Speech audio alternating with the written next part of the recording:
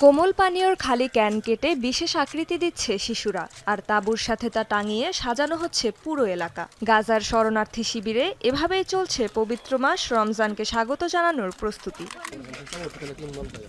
কেবল যুদ্ধবিধ্বস্ত গাজা উপত্যকায় নয়, বিশ্বজুড়ে উৎসবের আমেজ মুসলিম উম্মার পবিত্র এ মাসকে ঘিরে। ইয়েমেনের মসজিদগুলোতে চলছে বিশেষ প্রস্তুতি, আলোকসজ্জায় সাজানো হচ্ছে ঘরবাড়ি, বাজারগুলোতেও উপচে পড়া ভিড়।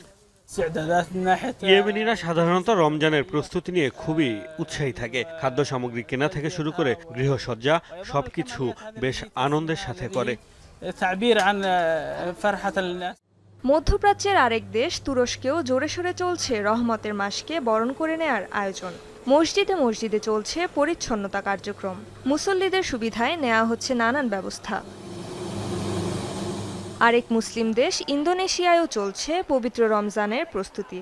ধর্মীয় পোশাক, জায়নামাজ ও আতরের দোকানে ভিড় জমাচ্ছে সাধারণ মানুষ। তবে নিত্যপণ্যের দাম বাড়ায় কিছুটা হিমশিম খাচ্ছেন অনেকেই। পবিত্র এই মাসে ওমরার জন্য মুখিয়ে থাকেন মুসলমানরা, তাই বিশেষ প্রস্তুতি নেওয়া হচ্ছে মসজিদুল হারাম এবং মসজিদে নববীতে।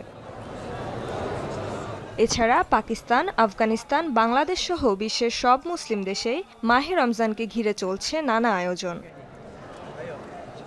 রেজওয়ানা সাইমা, যমুনা নিউজ।